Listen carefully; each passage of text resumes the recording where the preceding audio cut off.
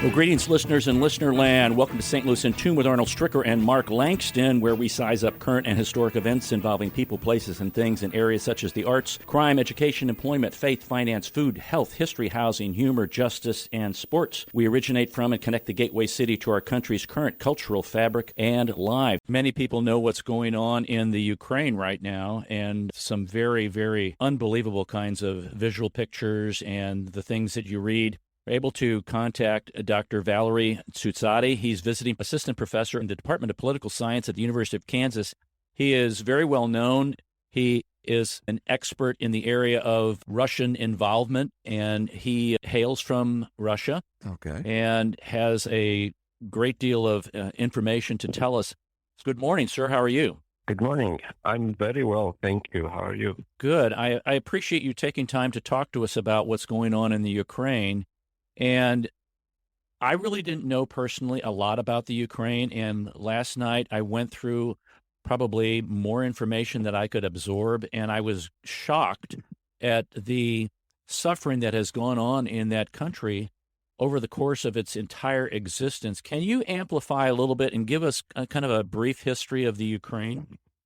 Yes, I will try, of course, in this very limited time. So Ukraine is a Slavic-speaking country, so they are related to Ukrainians are related to Russians by language and mostly by religion too. So they are mostly Russian Orthodox or Ukrainian Orthodox Church. The problem with the sameness, you would think that Ukrainians should get along well with Russians, but this sameness produced some issues too, very, very strong issues, such as, for example, in 1930s, there was something called Holodomor, which is like a fourth famine.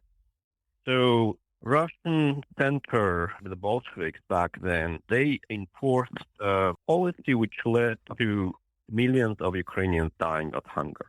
And of course, back then, the world knew very little about what was going on inside the Bolshevik, controlled country. So that was the first huge step, perhaps, in which Ukrainians suffered. But there were previous ones too, because in 1918, Ukraine actually proclaimed its independence. But then it was recaptured by the Bolsheviks. So, but throughout the Soviet time, after actually the UN was created, Ukraine still had a seat at the UN. Many people don't know that, but Ukraine actually, even during the Soviet Union, had its own seat in the UN. Ukraine, along with Belarus, and plus USSR. So in 1991, Ukraine basically destroyed the prospect for the recreation of the USSR by disagreeing to sign the new union agreement. After Ukraine refused to sign the new union agreement, the then president of Russia, Boris Yeltsin, also refused to sign, and that was the end of the USSR, pretty much. So this is a very brief kind of overview of the history of Ukraine and Russia, well, especially Ukraine, but of course, not very comprehensive, obviously. As we look at what's going on there now with the invasion of Ukraine, where will President Putin stop, in your opinion? I know you have some definitive thoughts about this. Some people think, he was just going to take over certain regions. Some say, he's going to want a puppet government. But what does that hold for some of the other bordering states on the western edge of the old Soviet Union? Right. That's a great question. Let me just... I forgot to mention the most important prelude to this conflict, to this kind of escalation, which of course happened in 2014 when Russia annexed Crimea and started war in eastern Ukraine. So for 8 years, actually, since 2014, Ukrainians lost like thousands of people in that conflict. So mostly it was a low-scale conflict, so, it wasn't as noticeable, obviously, as this latest escalation. So in terms of prospects, well, at this point, it is pretty clear that Russia wants to take over the entire country, not necessarily by, directly controlling it, directly annexing it. Rather, they, at this point, they signal they want to install a puppet government there, which is a as well as it gets, actually. I mean, you don't have to necessarily directly control Ukraine if you have like a puppet government, and it has worked in many other places around the world, and it seems to be the plan for Ukraine. Unfortunately, for the rest of the world, that will not be the end of the story because Russian officials are quite frank about their plans on expansion, territorial expansion. And their plans include all former Soviet Union countries, including the Baltic states, which are the three Baltic states are Estonia, Latvia, and Lithuania. They are very vulnerable, small states, and they are very likely to be the next target of Russia if Putin takes over Ukraine relatively quickly and with relative little bloodshed. I will just remind the listeners that Baltic countries are actually members of NATO. Right. So if they are attacked, that will directly affect all NATO members. At least it is supposed to affect them. And the Russian plan, so far at least, they seem to hold this belief in NATO's ability to protect far-flung countries such as the Baltic states. That's kind of the brief overview of possible implications. Now, I know you can't look into Vladimir Putin's head or his heart and wonder what in the world he's doing and why he's doing what he's doing. But as you look as an outsider and you've observed history repeating itself over and over the course of time, his ultimate goal is reproduce the Soviet Union?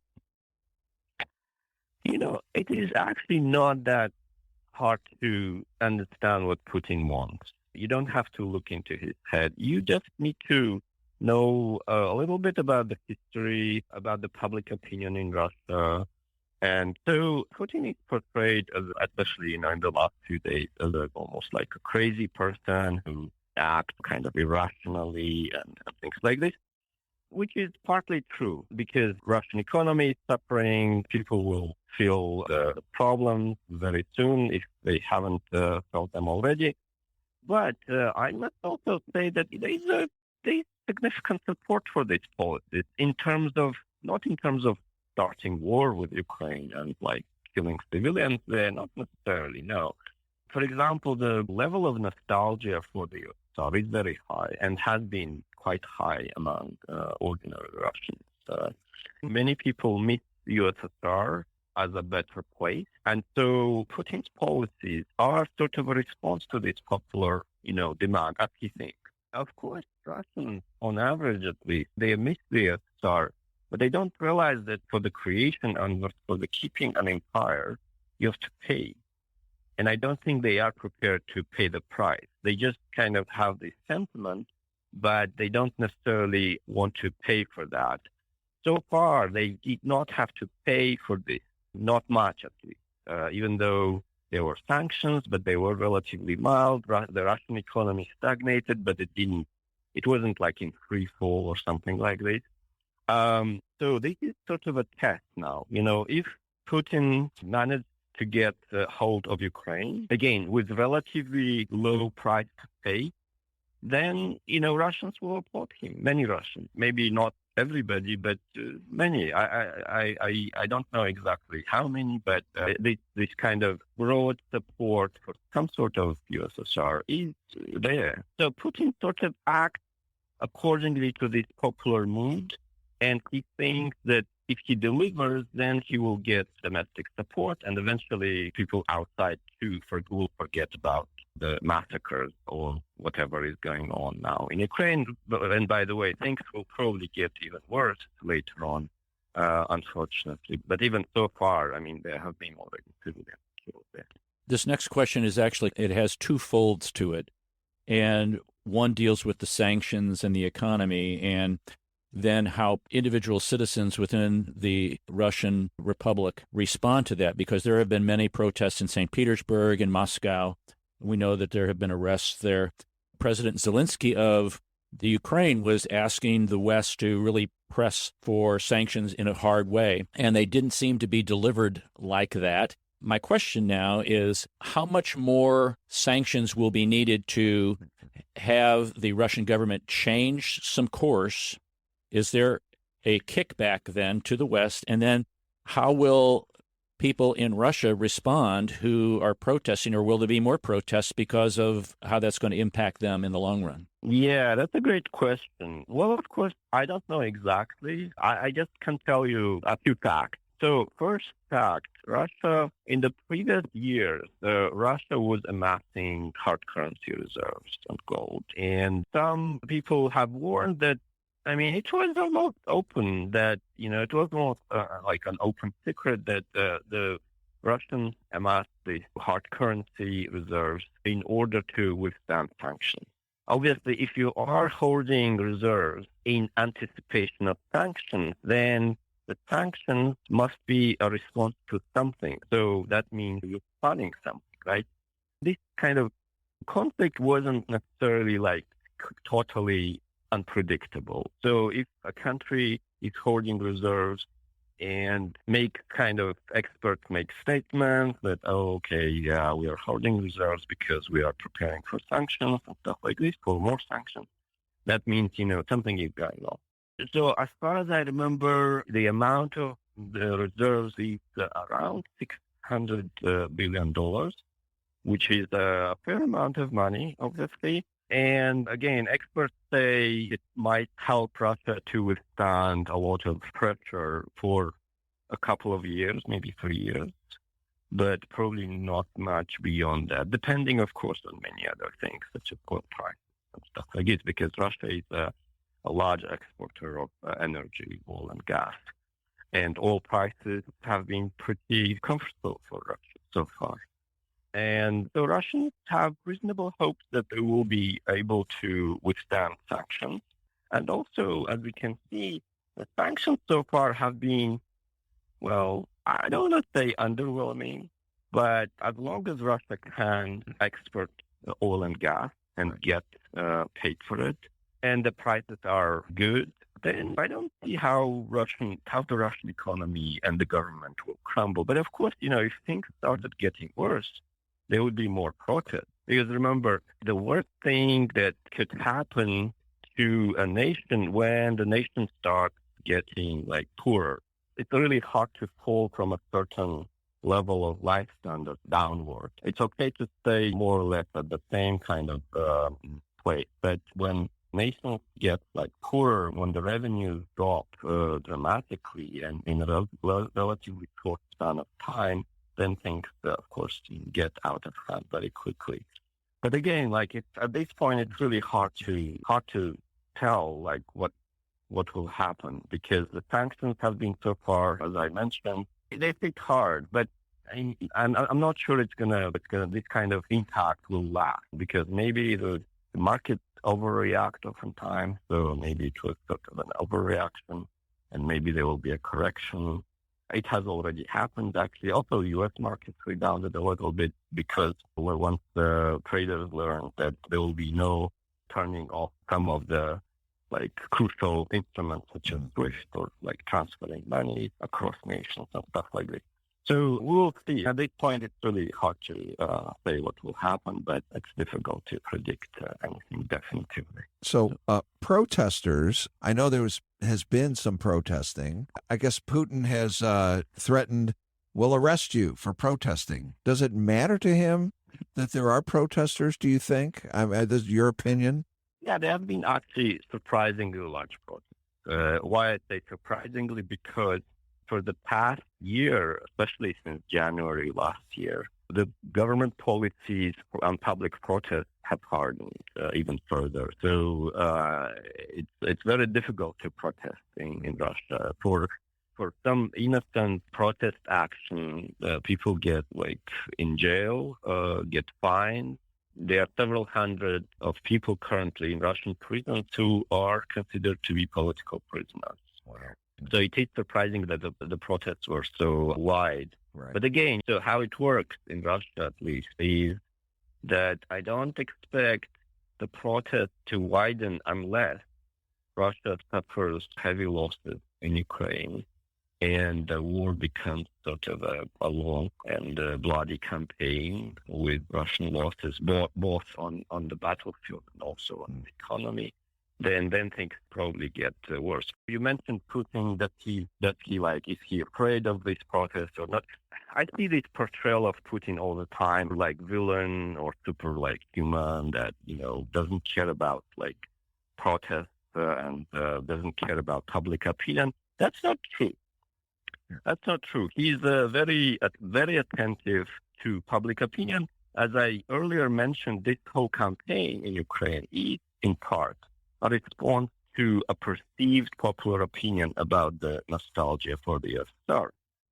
So I don't think he's unafraid. He just thinks that he's oppressive apparatus. He's capable of suppressing this protest.